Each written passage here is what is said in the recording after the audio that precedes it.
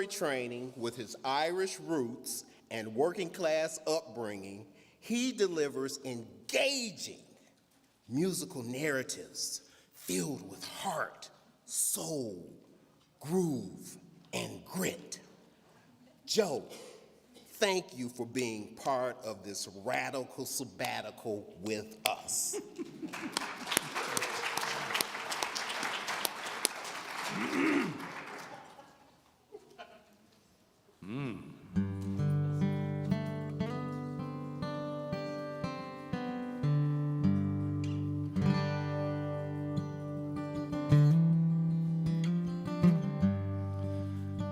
How Can I Keep From Singing will be our opening hymn. If it is your inclination to stand when you sing, you are welcome to do so. If you had a long weekend and it's more comfortable to sit, you're just as welcome to do that.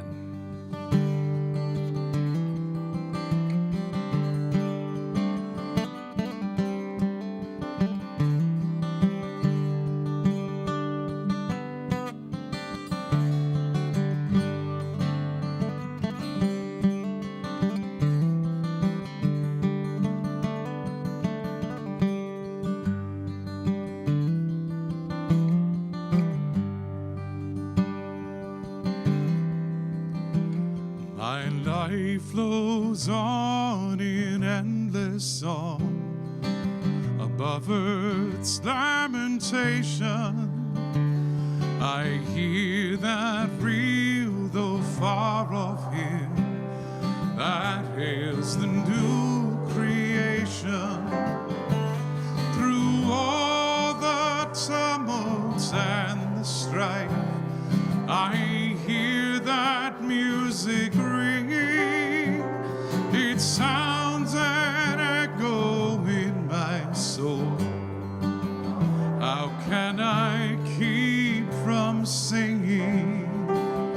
How can I keep from singing?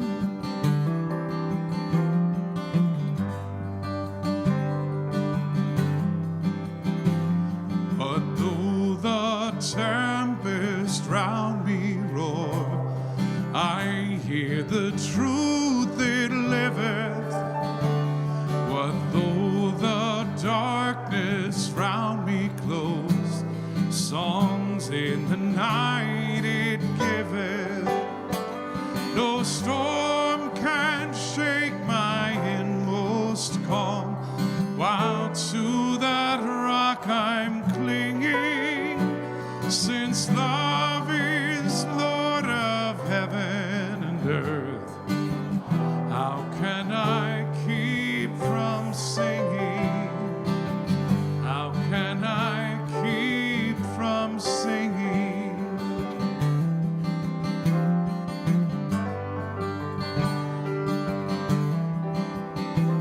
When tyrants tremble sick with fear and hear their death knells ringing, when friends rejoice both far and near, how can I keep from singing? In prison cell and dungeon vile, our thoughts to them are winging. When friends by shame are undefiled, how can I keep from singing? How can I keep from singing? Join me once more. My life flows on an endless song.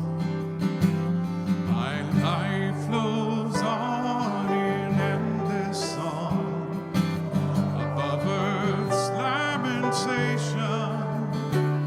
I hear that real though far off hymn that hails the new creation. Through all the tumult and the strife, I hear that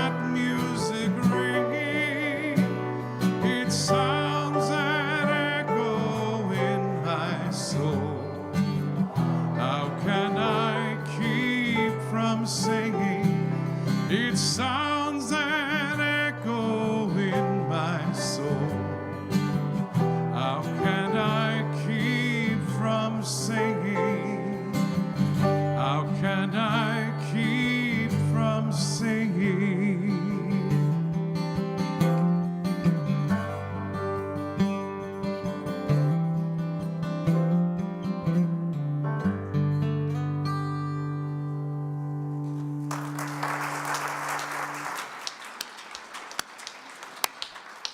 Let the church say amen. Oh, we're going to have such a good time today. I just know it in my bones. Please join me in reading these opening words. If we have a slide for them, if not, listen. That would be just fine. Hold it. Join me as we recite our covenant. Oh, my bad. That's okay. You can't make any mistakes. It's going to be fine. All the mistakes are mine. All right.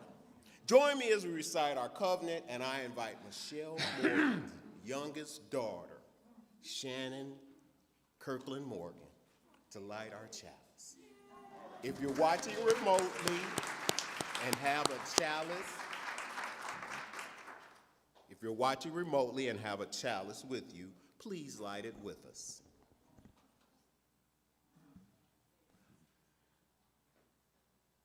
Love is the doctrine of this congregation. The quest for truth is our sacrament, and service is our prayer.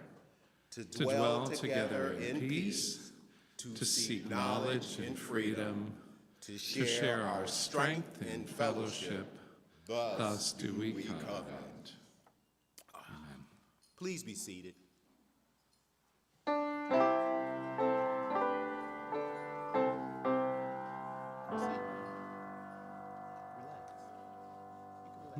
Okay.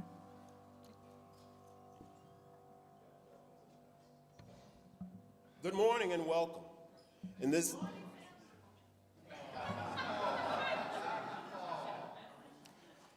sacred space, we celebrate our humanity, our diversity, and the boundless love that unites us all.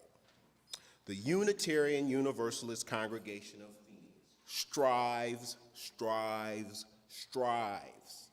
to be a spiritual community for our time, one that is theologically diverse, radically inclusive, and justice-centered. Our doors swing wide to embrace all who seek a welcoming place. May our worship today be a source of inspiration, a comfort in challenging times, and a call to action. Our minister, Reverend Christine Dance, is on sabbatical until the end of July. This sabbatical is both part of her contract with us and also a necessary spiritual practice of rest and recovery from the challenges of ministry. During this time, we're having a wonderful range of Unitarian Universalist preachers to lead us in worship, each with a different perspective. They will be joining us for 1 to 3 weeks at a time. Our caring ministry team will support pastoral care. We hope this sabbatical will be a time of exploration, appreciation, and community. If you're new here, we are so glad you found us. Each Sunday is different here. So please come back a few times to really get to know us. Don't leap right away, unless you feel like you want to leap right away. And if you would like to learn more about us, we have our monthly Get to Know UUCP in room 12 at noon. And I have a few announcements. Our annual UUCP picnic, sponsored by the UUCP Foundation, will be held today at noon. Because of this, we will not have the traditional coffee hour. Please come join us. The event will be held in the green space near the annex and playground. We will have enough food for everyone, whether you brought your own dish or not. Everyone is encouraged to join in this fun community building event. And at the same time, the drop-in group will meet in room 15 at 12 noon. Check in with Kathy if you want to like drop in and find, we got options, okay. All right. As you know, Medicaid, Medicare, and ACA and other healthcare protections are under direct threat. Our civic engagement team invites you to talk to Healthcare Rising AZ, HCR, which is collecting information about our experiences with healthcare in preparation for a ballot initiative plan for the 2026 election. Also, they encourage you to boycott Walmart April 7th through 14, to refuse to spend your hard-earned dollars at businesses that undermine economic justice, and reminding you to shop local.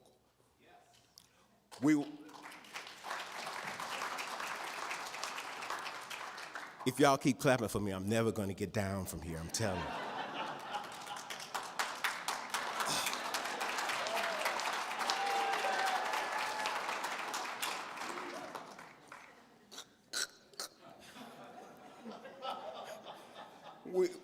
We will have a starting point session on Saturday, April the 12th from 9 a.m. to 1 p.m. at UUCP. Starting Point is designed for people who want to learn more about our community. Please register via the website or Compass. And also, I would be totally remiss if after you just heard that young man singing, I didn't tell you that Joe Jencks has CDs back there at that table for sale. CDs, kids. CDs were like these things. How can I explain it? Talk to me at coffee hour. We'll talk about what a CD. Thank you, Liz. CDs. And next Saturday, he's going to perform a concert here in our wonderful sanctuary. So invite friends, family, people that you feel like they should come, people who feel like they shouldn't come, but you're going to get them to come anyway. All of that. Do that. All right. And Katie has a safety announcement.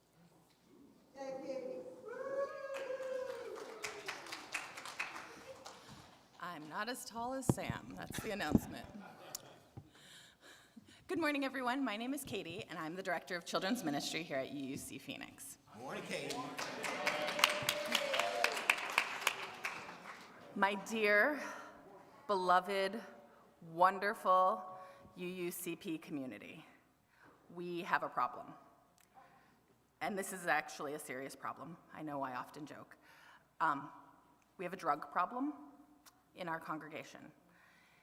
It has been a heart pill, vitamin supplement, Benadryl, nicotine gum, Claritin drug problem. In that, at the end of services, when we are cleaning up the floor, we have been finding pills on the floor.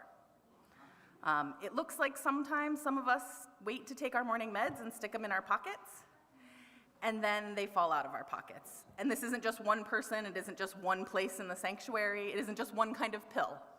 It is the weirdest congregational problem I have experienced. 10 years. 10 years, y'all figured out how to surprise me. Good job. But it is a fairly serious problem. We've seen it, I think, over the past 3 months. We've seen a whole bunch of different situations. Please, number one, make sure that if you are bringing medications into the building, that they're coming in a zipped purse, in a zipped wallet, something like that, where they are enclosed, so they are not falling off, falling out. Also, if you usually take your meds in the morning and sometimes stick them in their pocket, maybe not on Sundays. I see some of you making faces like, why is this a problem? And I'm gonna let you think about that a little bit. Okay, and then if the faces of the people around you, no matter the age, don't help you understand the problem, remember that we have pet service in here once a year. And if we're in this bad habit, we're gonna have a lot less pets to bless. That service will be shorter. This is actually a big deal. This is very serious. And I have no idea why it's happening, but we need to be more careful, because or else we're gonna be called the weirdo church. Okay? Oh wait, we already are the weirdo. I mean, the weirdo church with a drug problem. None of this is to say that you can't make a mess, right? We have vacuums, we have brooms, the floors can be messy. You might have noticed we had an amazing prom yesterday and there's some sparkly bits on the floor. That's cool. Mess is awesome. Druggy mess, not awesome. Okay, everyone got it? Mess, yay. Druggy mess, boo. Great, thank you.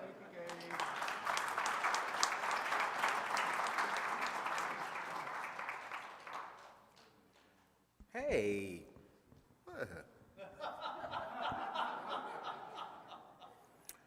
And now, our board co-president, Bunny Hodes, has an announcement about our Close the Gap campaign.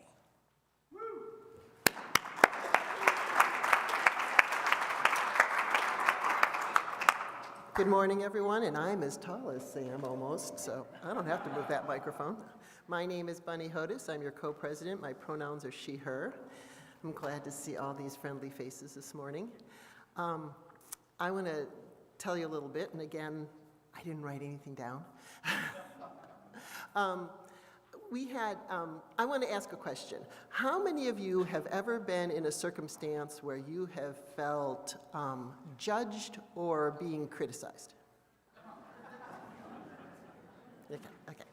So, and how many of you that might come from even family situations where you feel that?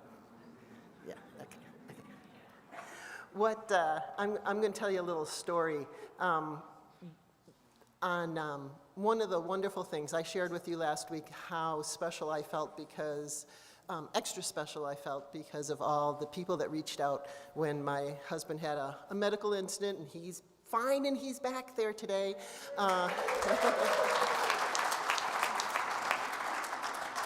And this week I had another just kind of wonderful thing happen. I work in real estate and I'm kind of busy, and I'm kind of busy around here doing things that I do around here.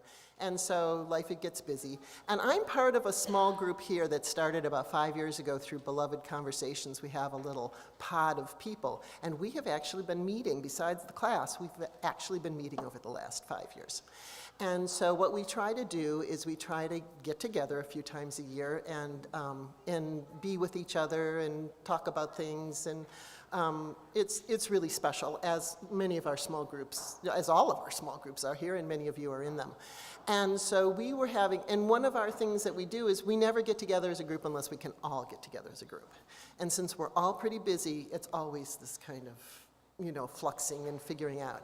And so we were having a real hard time putting a date together, and finally, about a week or so ago, I suggested maybe we should meet on a Friday rather than on a Saturday or Sunday, and everybody was able to do that, and so they were all together on Friday, and I forgot to put it in my calendar. And I'm at my computer working on Close the Gap stuff and doing some other things, and all of a sudden I get this phone call, and it's like, hi, are you okay? Where are you? And I was like, oh. I said, oh my God, I'll be right there. And it's a 20-minute drive or whatever, and I pick myself up, and I'm in my work blue jeans that I'd been on job site all day, and I'm in my thermal t-shirt that I just grabbed a bottle of wine and ran out the door, because I said I'd show up with dessert, and I didn't have dessert ready. And I arrived, and I walked in that door, and I was greeted by hugs and smiles and laughter and love. And that's what UUCP is all about. I didn't feel judged or criticized or blamed. No one carried it out. No one would have told on me today. I'm telling on myself. Because I know that in this space I can be vulnerable. And I know that many of you realize that in this space you can be vulnerable. And this is our family now. This is our family of choice. And we choose to be here, and we choose to be online and be here, and we choose to be part of this, and if we're not here, sometimes watching later online. And this is what generosity is all about. This is what generosity of spirit, coming from love. That's what it's all about. And so along with that, we have staff here who we have hired to be part of our family. We have Reverend Christine, who often preaches about things that we might not be comfortable with or we might not know about. And sometimes she preaches them in a manner that we're not comfortable with or that we haven't heard about before. And it helps us to be accepting and to learn and to grow. And we have Katie, who teaches us new things all the time about how we could be really weirdos with this drug thing. But teaches our kids about acceptance and love and learning, and so often they're our leaders because they don't know. And Benji, who leads this wonderful music program and introduces not only wonderful, thank you, wonderful themes and new songs and new ideas, but in new languages and new ways of looking at things, and arranges all this stuff for us. And we've got Rose and Jez who help, and we have Stephanie, who's just making everything come together and holding it all together for all of us, who sits in the back, and many of us have never even seen her before. So, but she's like keeping everything moving. So those are the people that our generosity, financial generosity, support.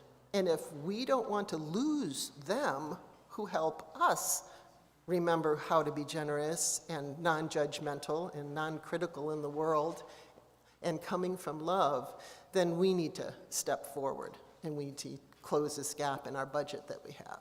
And so I want you to think about, you're going to get an email this week that'll have, first off, John will be at the picnic with his computer, so you can talk to him while you're here if you'd like to add something else in.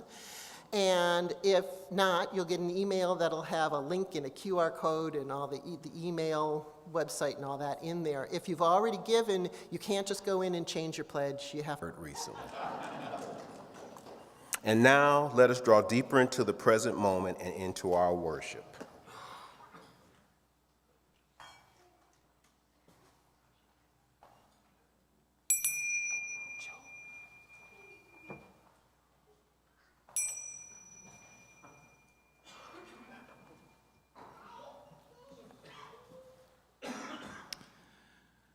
Would you please join me in these opening words if we have a slide? There we are.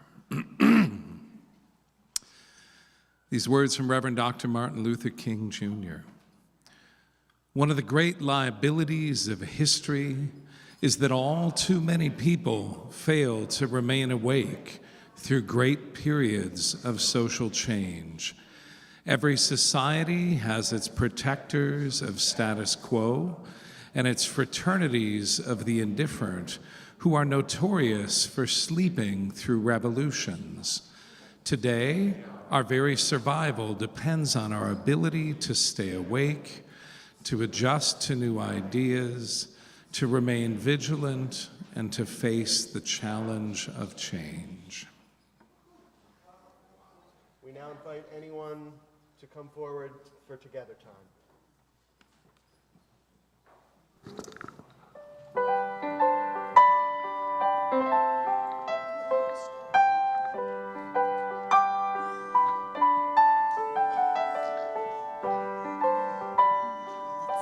morning.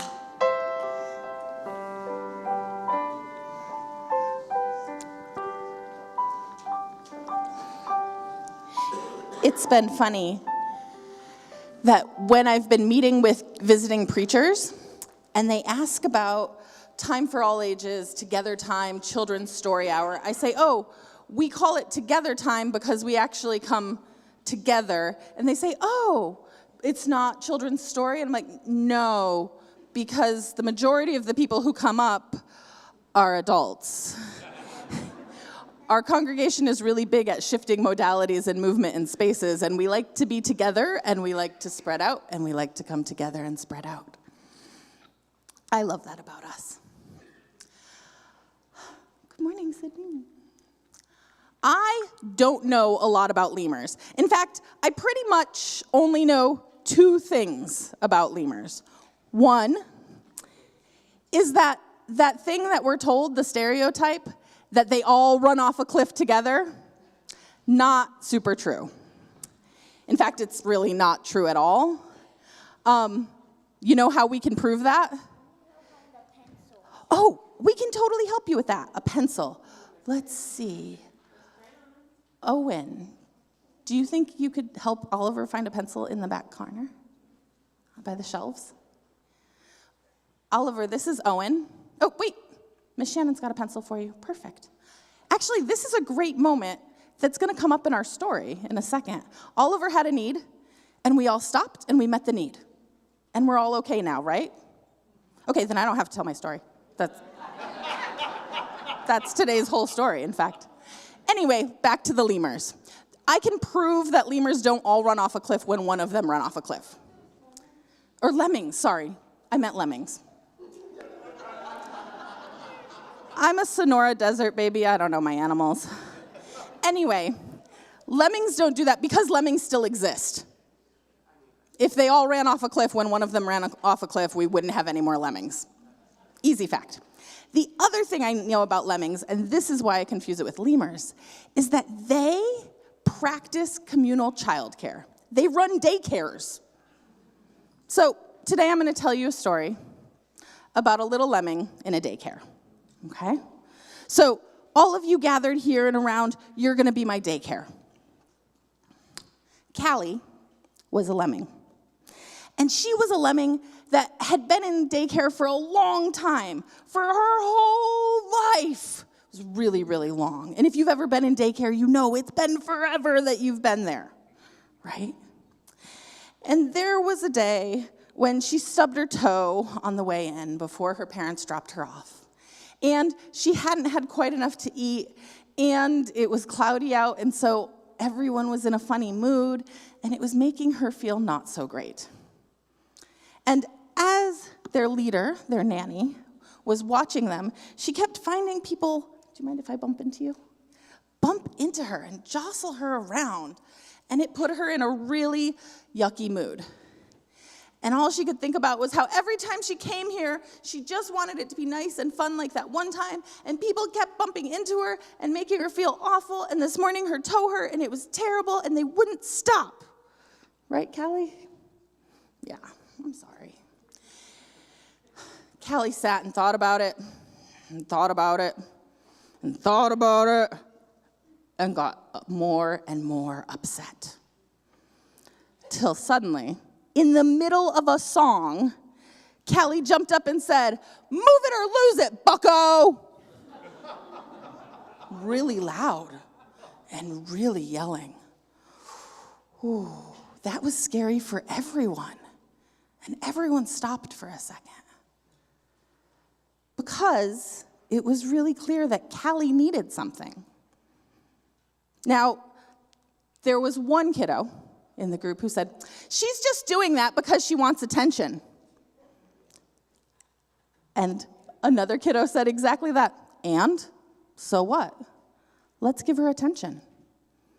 And what ended up happening was kind of magical.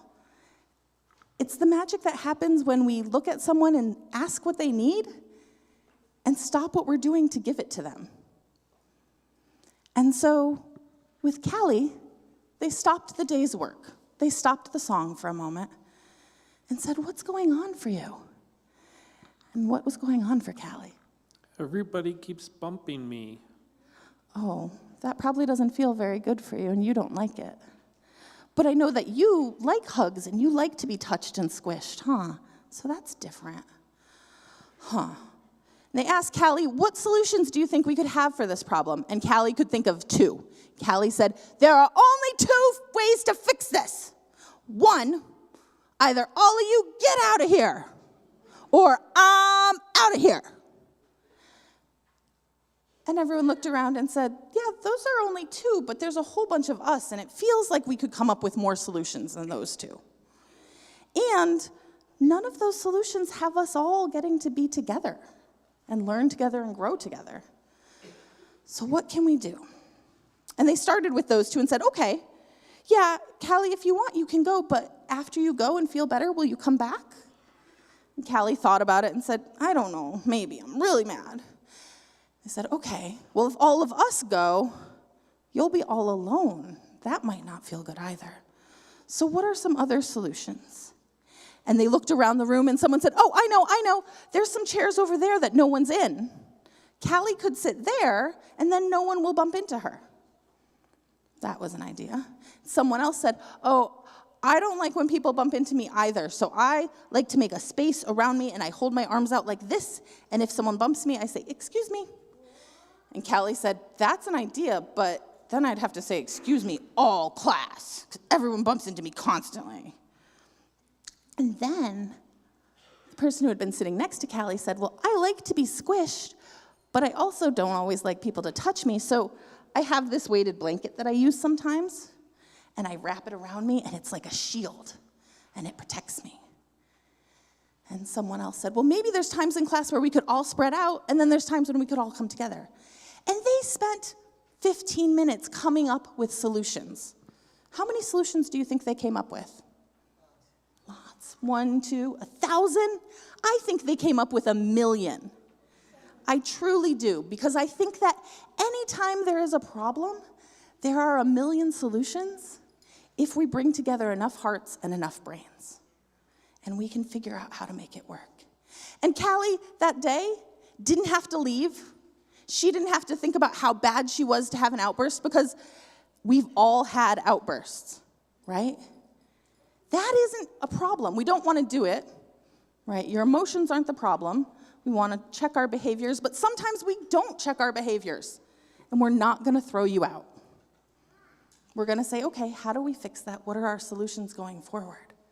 How do we smooth this over and say, yeah, we still want to be in community, even if you told me to get out of here, bucko.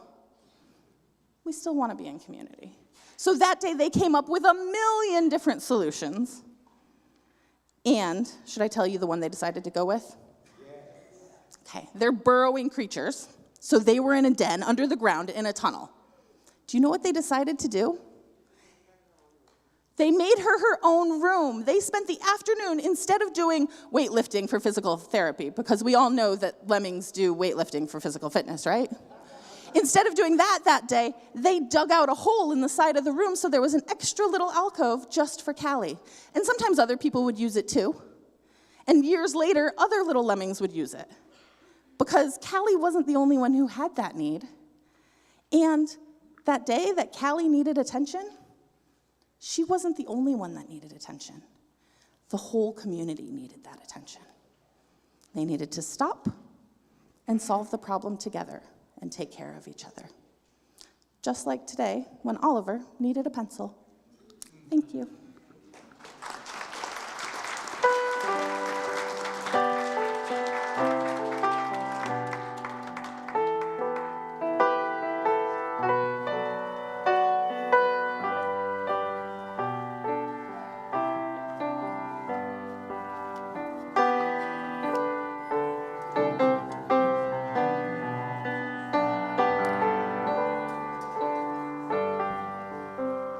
Each week, we split our offering between this congregation and an organization that shares our values.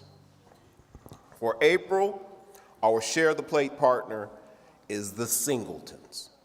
The Singletons is a homegrown, Arizona-based nonprofit devoted to meeting the needs of single parents, families battling cancer by providing strength, hope, resources, and community. For all that you do and all that you give, we are so very grateful. Ushers, thank you so much for your willing hands in helping us to pass the plate.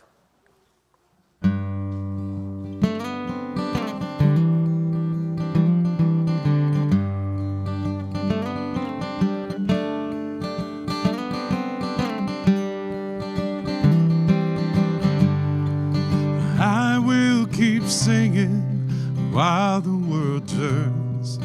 I will keep singing as the human heart yearns. May there be dancing every step of the way. And I will keep singing to the end of my days. How can I stand here singing when the world is at war? When people are starving and we wonder what for. But I will keep raising my voice to the sky. I'll sing out my questions, never stop asking why. And I will keep singing while the world turns. And I will keep singing as the human heart yearns. May there be dancing every step of the way. And I will keep singing to the end of my days. Like people before us, all the world round, have raised up their voices in glorious sound, singing the journey, the sorrow and pain. We will keep singing this joyous refrain. I will keep singing. Join me if you want to. I will keep singing while the world turns. I will keep singing as the human heart yearns. May there be dancing every step of the way. I will keep singing to the end of my days.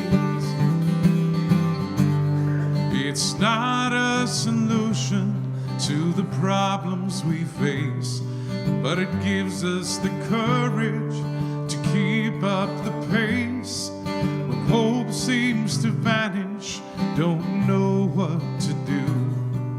If we keep singing, it will carry us through. And I will keep singing while the world turns. And I will keep singing as the human heart yearns. May there be dancing every step of the way. I will keep singing to the end of my days. There's hope for the future right here in this room.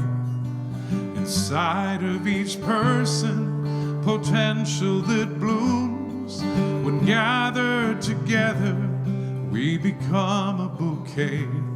Our beauty will shine on and brighten the way. And I will keep singing.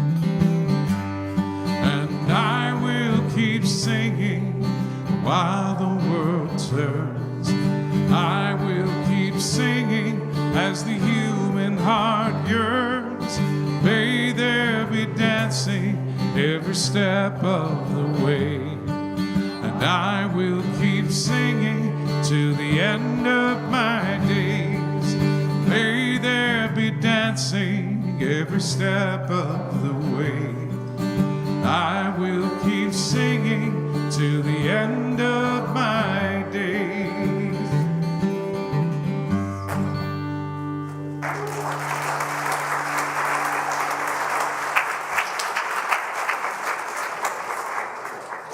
I did mention that he was a personal friend of mine, didn't I?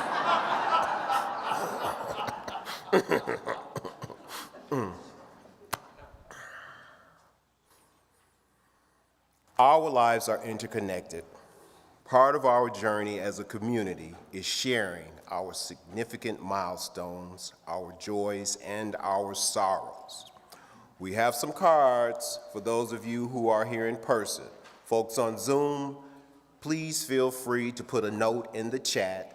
And if you're here next week and you want us to read your joy or sorrow, fill out a card before service at the small table at the back of the sanctuary.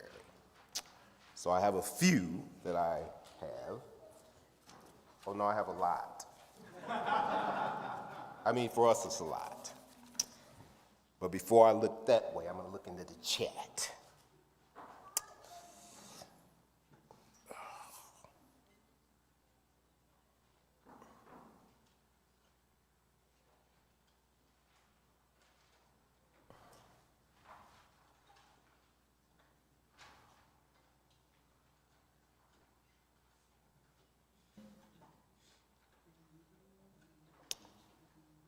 Okay.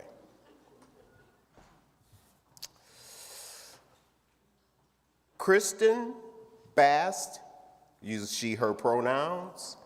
My firecracker Jonah ran like the wind and won a gold and bronze medal yesterday in track.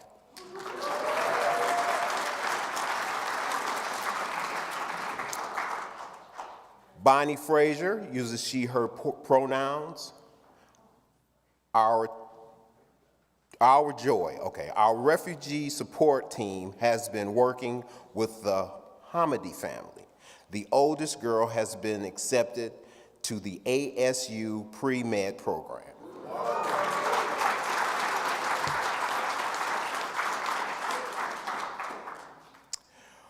Oh, and this is from me and Michelle. Happy belated 5th birthday to Devin Morgan Lovell, who turned 5 last Sunday.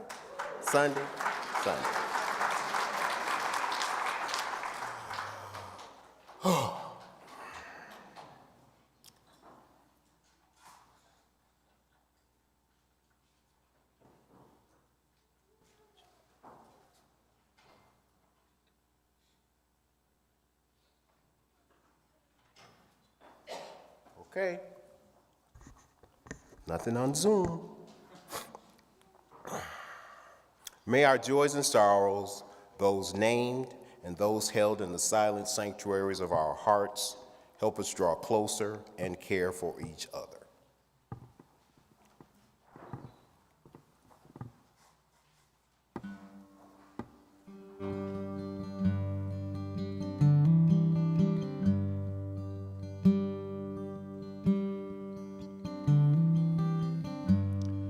As we gather this morning, we've received a lot of information, but sometimes we enter this sanctuary with a head and a heart that's already full. It's important to take a moment and connect with what's really in our hearts, with the ideas that will not leave us alone. It's important for us to calm ourselves. Just take a moment for breath. Take a nice deep breath. And another.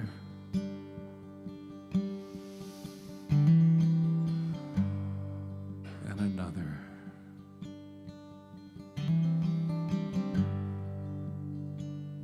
There's a reason why singing together becomes a powerful experience. Because when we sing together, it invites us to breathe together. As we breathe together and our respiration aligns, our heartbeats begin to align in a space. And we truly begin to be together on an unconscious level.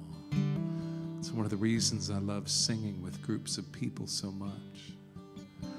It brings us together and binds us to each other in a way that we don't even realize when it's happening.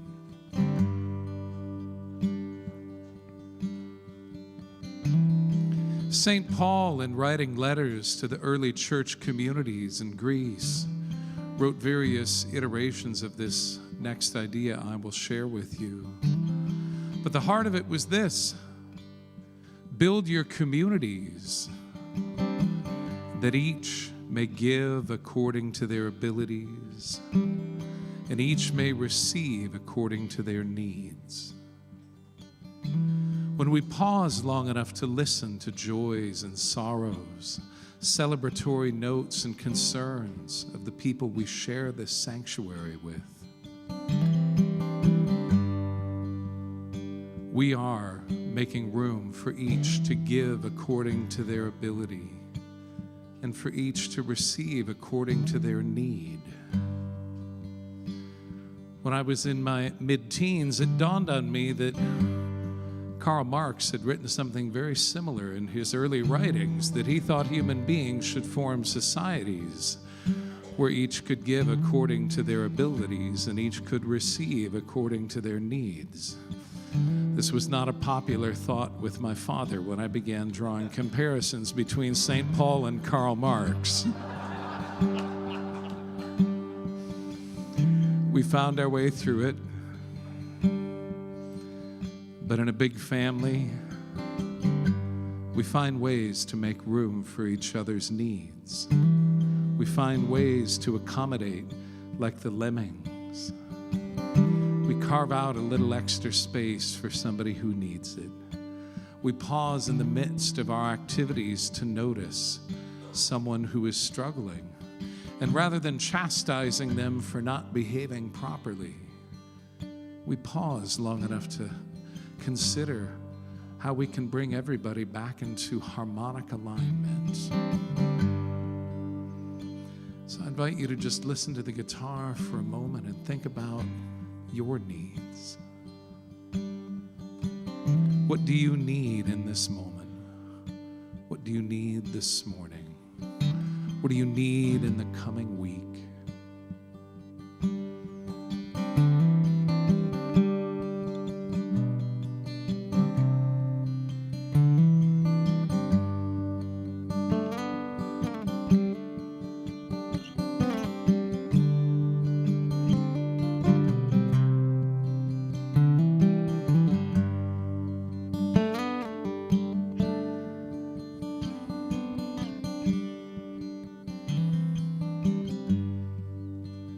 I invite you now to take those needs that you may have identified within yourself and mentally lift them up into the world and release them like letting go of a balloon with helium in it. See those needs floating up into the sky. And as you let go of those thoughts just for a little while, as you practice just the slightest bit of detachment in your breathing and bring your consciousness that much more into the present moment in this space with each other, I invite you to trust that you have gathered this morning with people who care about you, people who are concerned about your well-being, people who want to see you be able to give according to your abilities and receive according to your needs. You have entered a sacred space, a space made sacred not by the construction of the building or the architecture, a space made sacred by our presence here together and the way that we bring the intentions of our heart sincerely into this space. Hold up all those balloons with helium and let them go, and trust that in this sanctuary, in this sacred space, you are safe, you are seen, you are welcome, and you are loved.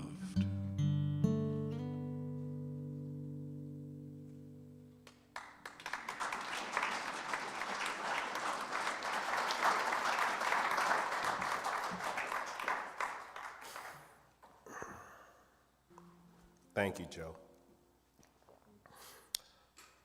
My reflection today is from Madeleine Albright, Secretary of State under President Obama's administration.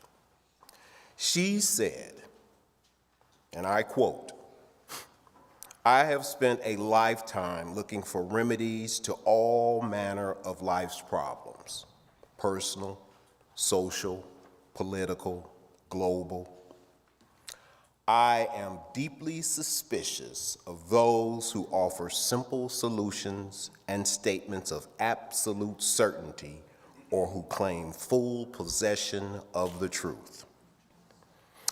Yet, I have grown equally skeptical of those who suggest that all is too nuanced and complex for us to learn any lessons. That there are so many sides to everything that we can pursue knowledge every day of our lives and still know nothing for sure. I believe we can recognize truth when we see it, just not at first, and not without ever relenting in our effort to learn more. This is because the goal we seek and the good we hope for comes not as some final reward, but as the hidden companion to our quest.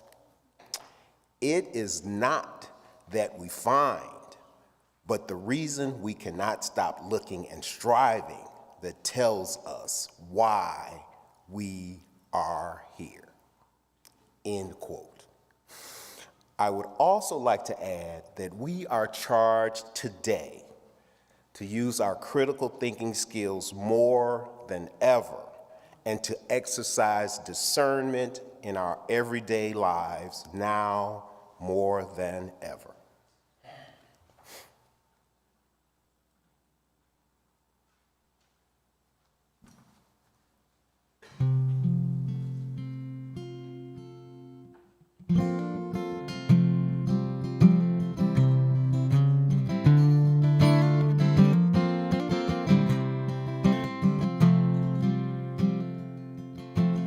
Lay down your weapons.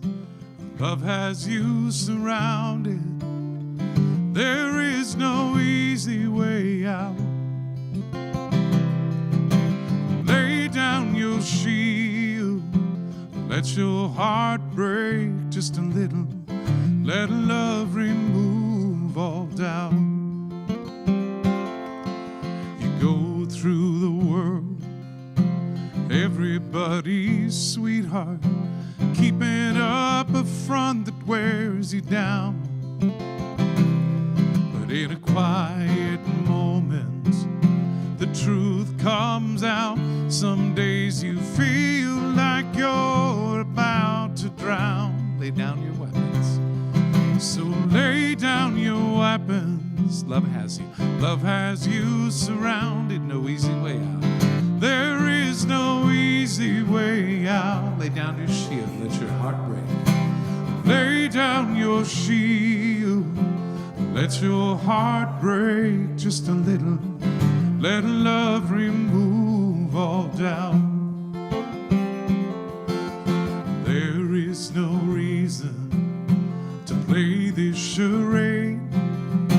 You can be loved for who you are.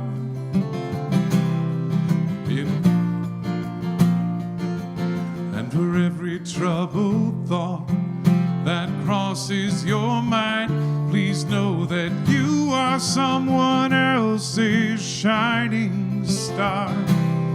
So lay down your weapons. Love has you surrounded. No easy way out.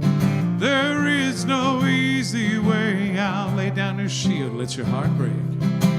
Lay down your shield, let your heart break just a little.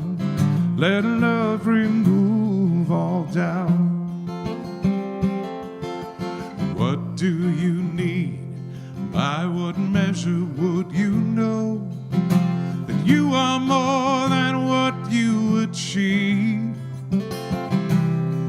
When you look in the mirror, is it possible to see that you are enough? So let it breathe. And lay down your weapons. Love has you surrounded. There is no easy way out. Lay down your shield. Let your heart break just a little. Let love remove all doubt. Lay down your shield. Let your heart break just a little. Let love remove all doubt.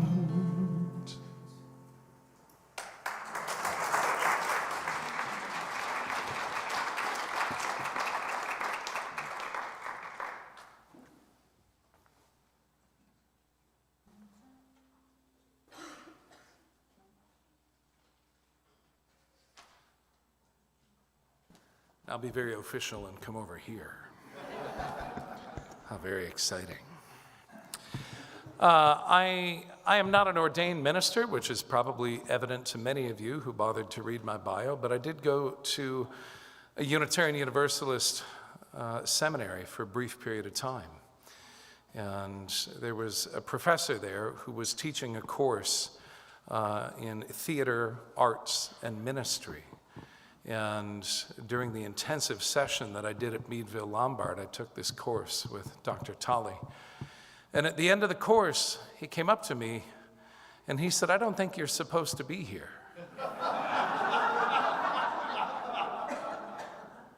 Okay.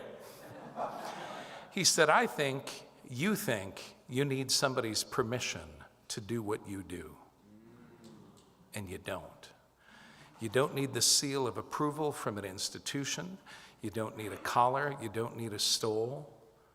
You are already engaged in what our denomination thinks of as community ministry.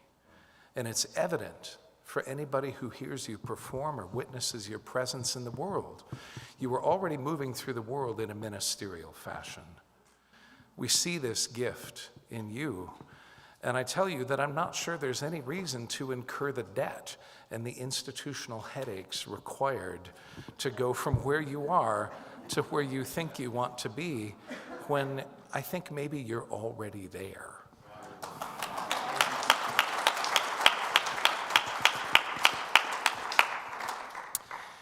Being a man of drama and theater and art, he invited me into his office and commanded me to take a knee. And I got down on one knee, and he grabbed a ruler off his desk, and he tapped both of my shoulders and commanded me to rise. And he invited me to go forth and keep inhabiting my purpose. I mention this because you are experiencing this time of radical sabbatical when there is an increased engagement in lay leadership, lay ministry, and of inhabiting the ways in which we hold space for each other. This is profoundly important in our denomination, and it's an extraordinary gift to many of us.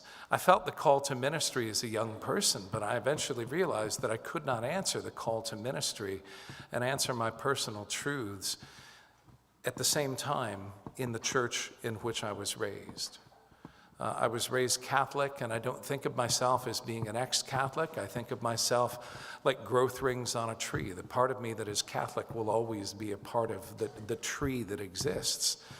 But I started to feel a sense that my understanding of the divine was considerably larger than what I experienced in one denomination.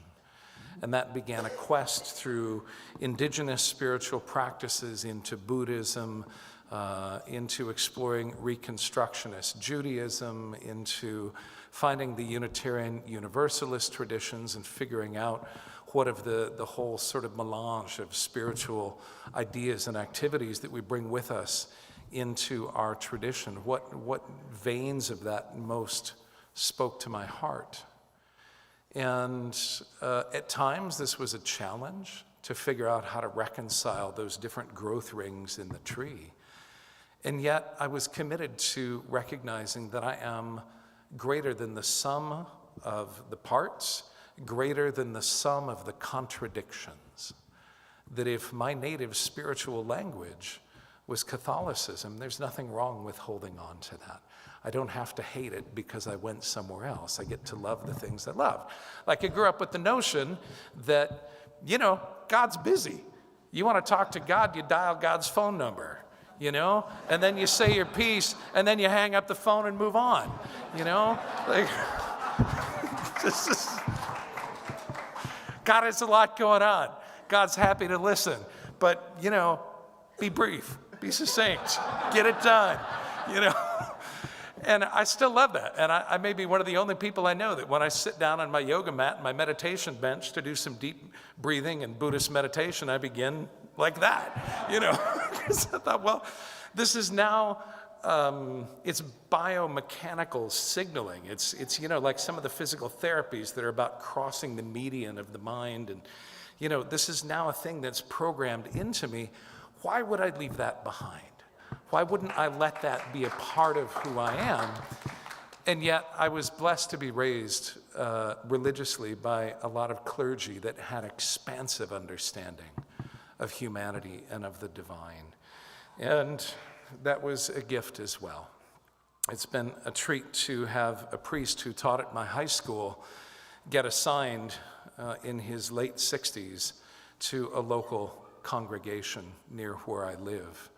And I get to go hear Father Etheridge preach sometimes and watch a man who, like fine wine, has been refining his style and aging beautifully in the intervening 35 years since I first knew him. And he recognizes in me that I answered a call to ministry. And that means a great deal to me, that my favorite priest from growing up sees those gifts in me, just as John Tolley did. But I bring all of this up because it's always terrifying to step out from behind the instrument and just be present with you and with the ideas. And yet, what a gift to be welcome here last year when I was here for a concert, and to be here for 2 weeks where I get to gather with some of you outside of the congregation, be present with you in worship and share ideas with you. And of course, we are Unitarian Universalists, so, a little time for rebuttal.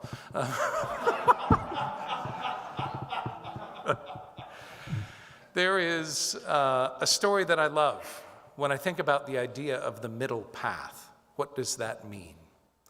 What does it mean right now? What does it mean spiritually? What does it mean personally?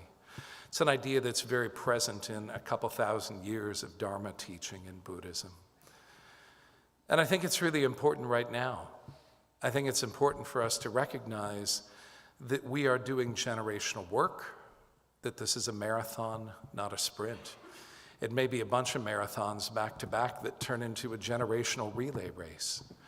But it doesn't mean that we don't continue to do the work. There is no such thing as, it's hopeless, I can't make change, why bother trying? Because we never know what we are accomplishing.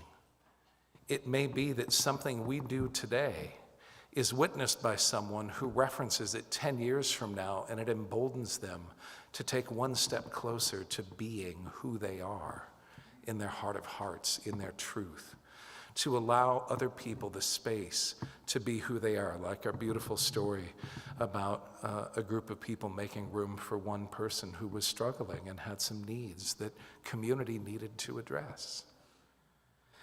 The parable that I reference is of 2 monks who were traveling. One was an older monk who periodically would go back and re-engage as a novice in the practice, to travel through the teachings with younger monks and see them again for the first time through the eyes of people first experiencing them, and each time learning from them, revisiting those inner growth rings on his tree and expanding outward again. But they're walking and they come to a stream that, because of a lot of rain, has swollen into a river.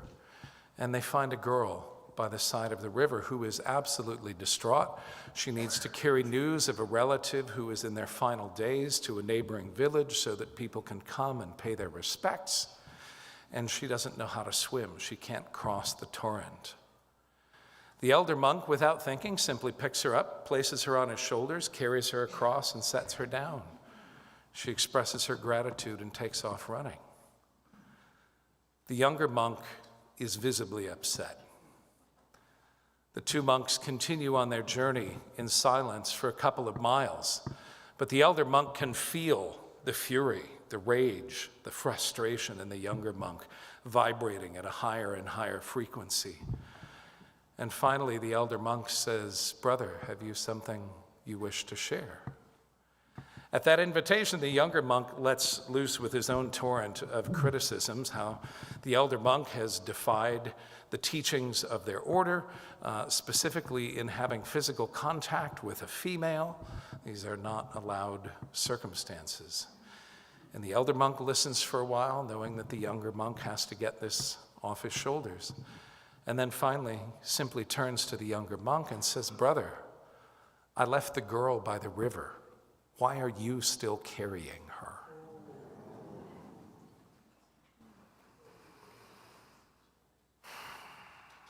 Reverend Dr. Martin Luther King invites us to stay awake through periods of great change. But what does that mean? What does that mean to stay awake? I don't know what it means for you. I know what it means for me. It means that I need to do twofold things. I need to engage in self-care, and I need to keep being connected to the world around me. We come in community sometimes with an idea that our community needs this thing, and we advocate for it strongly. But sometimes it's what we need. And so I want to invite us, as we think about what does it mean to stay awake, to stay engaged, to ask a series of questions. What do I need? It is okay to ask that question. What do I need? What does my community need? What is my evidence that this is what my community needs? It's an important question. Am I the right person to address this issue? Is there someone else in the community who is better suited than I am to lead in this particular area? How do I support and help develop their leadership, if so? Because sometimes they will resist taking leadership. They won't see leadership in themselves, but we see it in them, just as Professor Tolley graciously dismissed me from seminary. He saw a very particular kind of leadership, and he thought, it's not broken, don't fix it. You know, you're doing fine. How do we know when our objectives have been met? If they haven't been met, we go back to the beginning. What do I need? What does my community need? How do I know that this is what my community needs? Am I the best person to lead? Is there someone else who might be good to lead, whose leadership needs our support? How can I help develop their leadership? And how do we assess when a need has been met? This is an ongoing process, whether we're organizing a potluck, a rally, a church service, the shape of a community over generations. It is okay to have needs. It is okay to identify them for ourselves and advocate for meeting them. It's also incredibly important not to presume that our needs are other people's needs. That's why it's so important to begin with owning them first, so that we don't project onto our entire community what really may be a big need for us and a smaller need for community. And yet, in good community, we will hit the pause button long enough to meet those needs. So I think this is really important. This is good organizing. And as we think about how to meet the moment, as I know many of you were engaged in social actions yesterday, I know many of you were out walking and demonstrating and bearing witness. That's one piece of our engagement. But I think the middle path calls us to dialogue. The middle path calls us not to sequester ourselves in enclaves beyond that which we need to do to fund our emotional capacity to go back out in the world and engage. And this way I find myself more aligned with Quakers. I find myself someone who is interested in building bridges, in building connectivity, and building forms of communication, and letting the music and the art and the words be just provocative enough that they inspire dialogue. And then I also try to go into the world somewhat silently at times as a student of other people's lived experience. I enter the world as a musician, but I move through it much more like a journalist, studying what other people say, how they express themselves, what they think, what they feel, why they do what they do. Because that's when we begin to learn how we can meet someone where they are. It is a terrifying thing for people to make change, and we have to be willing to meet them where they are and invite them across that bridge a little bit. We can't just ask them to join us where we are. We have to take the courage and risk the vulnerability of meeting them where they're at, whether it's in our family systems, our friendships, our spiritual communities, our wider society. This is what allows us to create a middle path, to build consensus, to build coalition, returning to these questions again and again. What do I need? What does my community need? What is the evidence? What does my child need? What does my spouse need? What does my spiritual community need? What does my local representative need? How can I support their leadership? These questions keep being relevant in every part of our lives. But we are not useful in the world if we have bought into a narrative of martyrdom in our engagement. Because what the world needs more than anything is for each one of us to be well and healthy and to engage from that centered place. What the world needs is for each one of us to be chasing the things that we are most passionate about in one way or another, because then we enter the world with more to give. We enter the world with less overt need and more capacity to hold that space for others. Bayard Rustin, one of the great leaders of the civil rights movement, and I paraphrase, but he said, "You cannot make of your life a bridge and not expect to get walked on."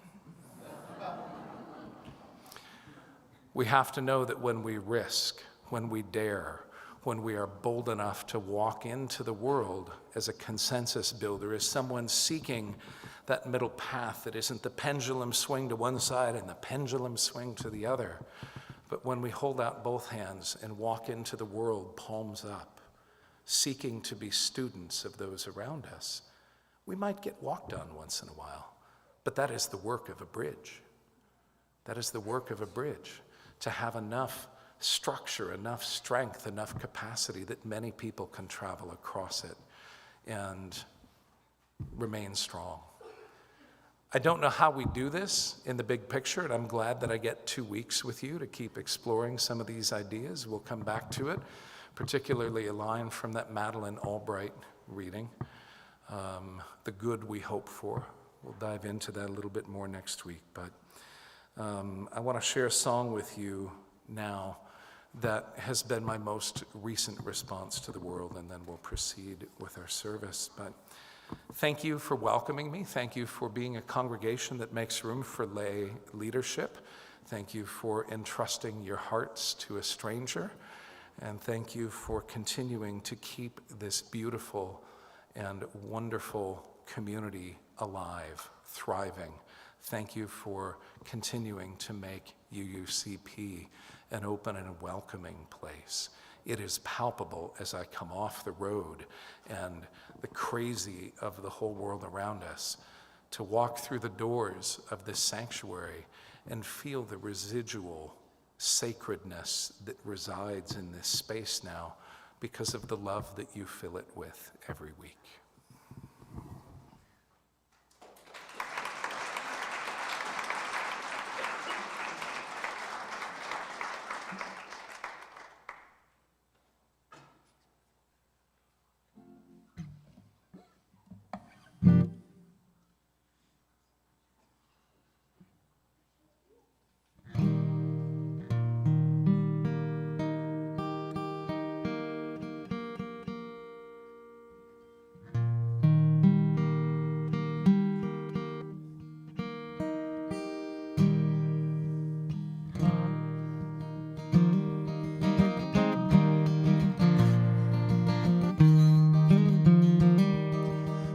Father, my dear Father, you told the story well of how your country called on you, then sent you into hell.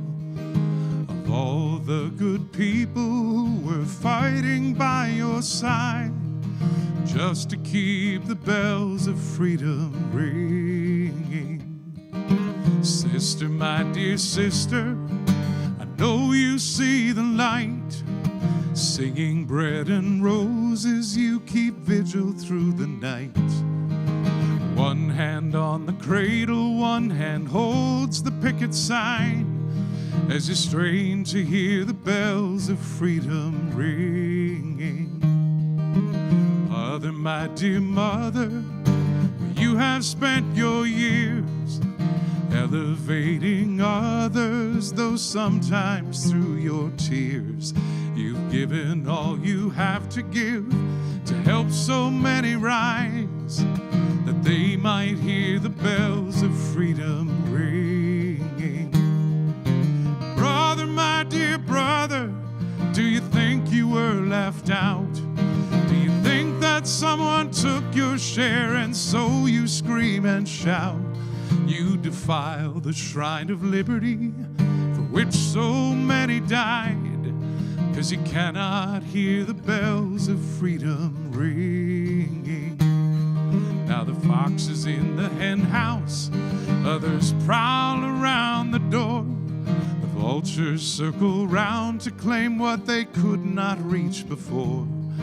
They will not be contented till there's nothing left but bones, 'cause they've never heard the bells of freedom ringing.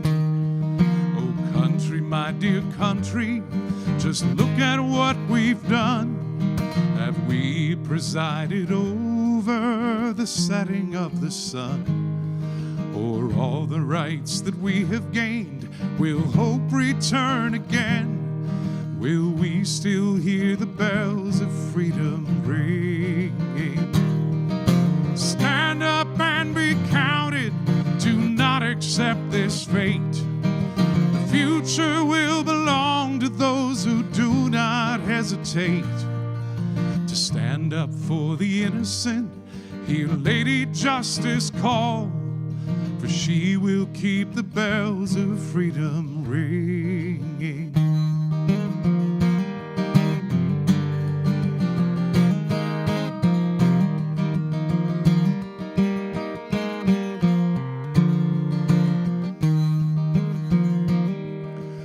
There's a time, I pray it's soon, when we will turn the tide. We'll turn away from hatred and we'll forsake our pride. We'll build a different future, a story yet untold, and we will hear the bells of freedom ringing. Yes, we will see the people rise. I don't know how or when, we will find a way to ring that freedom bell again.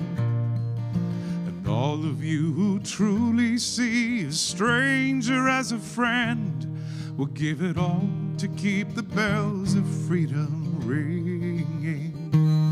So bring to me your immigrants, bring to me your friends, bring to me the laborers whose toil never ends. Bring to me the children still bold enough to dream, for they will hear the bells of freedom ringing. Yes, bring to me all those who dare to dream and dream again. We will keep the bells of freedom ringing. We will keep the bells of freedom ringing.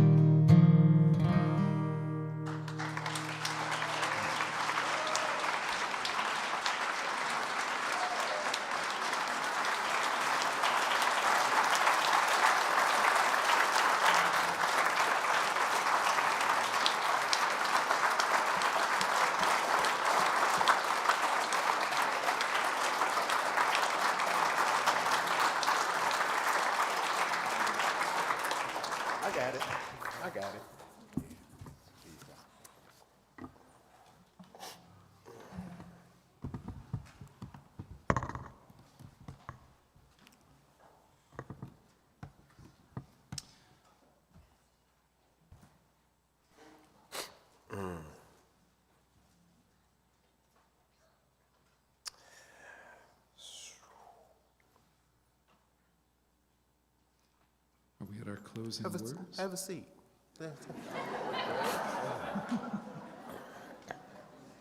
Before we close with the last song, we remind you to reach out to someone new or that you haven't seen for a while. Our Exploration Hour activities for children and adults start at noon and will be listed on the screen following service. And don't you dare forget the annual UUCP picnic sponsored by the UUCP Foundation. It will be held today at noon in the green space near the annex and the playground. Okay, Joe.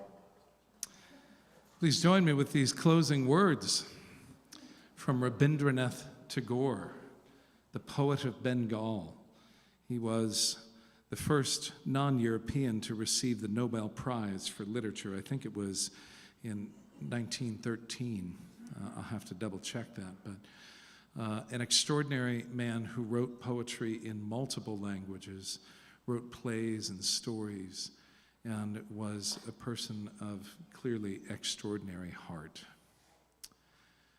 Where the mind is without fear and the head is held high, where knowledge is free, where the world has not been broken up into fragments by narrow domestic walls, where words come out from the depth of truth, where tireless striving stretches its arms toward perfection, where the clear stream of reason has not lost its way into the dreary desert sand of dead habit, where the mind is led forward by thee into ever-widening thought and action, into that heaven of freedom, my Father, let my country awake.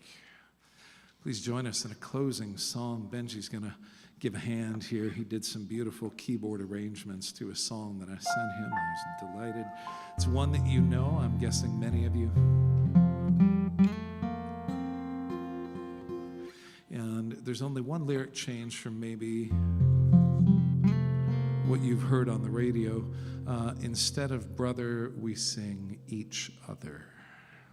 Thank you so much. I look forward to visiting with some of you after the service and seeing many of you in different ways over the course of the next week and next weekend. Thank you for the incredibly gracious welcome to UUCP.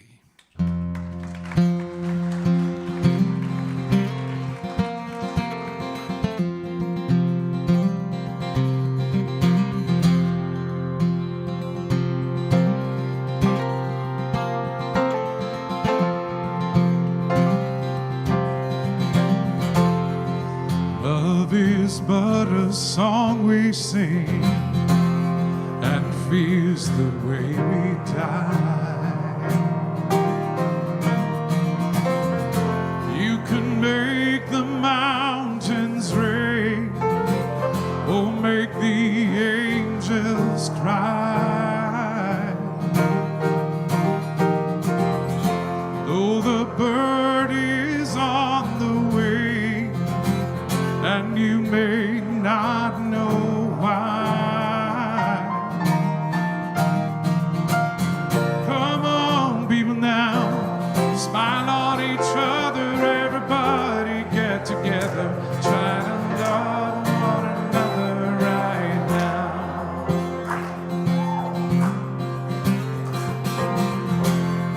Some will come and some will go, and we shall surely pass. When the one who left us here returns for us at last, we are but a moment's sunlight fading in the grass. People, smile on each other. Come on, people now, smile on each other. Everybody get together, try to love one another right now.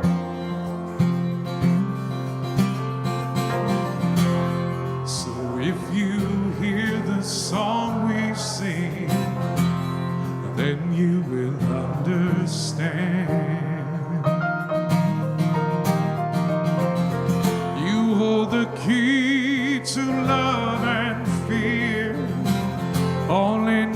your trembling hand.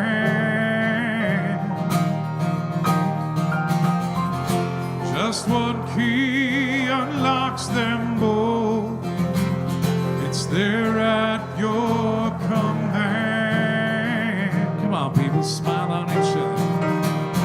Come on, people, now. Smile on each other. Everybody get together.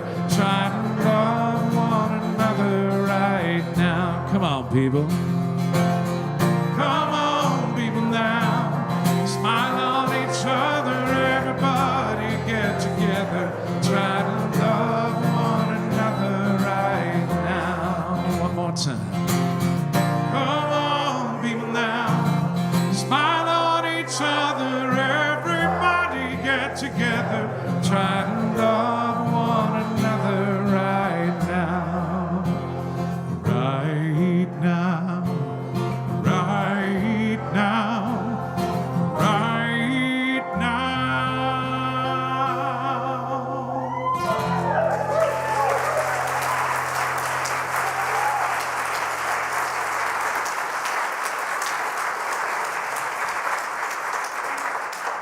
I don't know if you heard me at the beginning of the service, but I told you he was a good, close, personal friend of mine.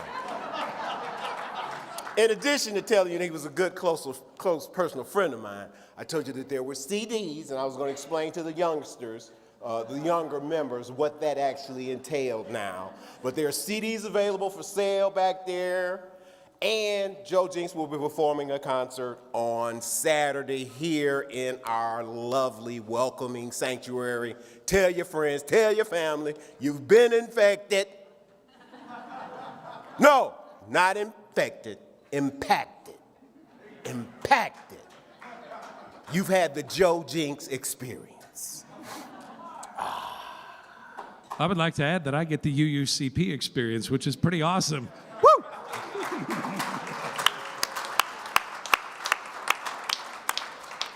So,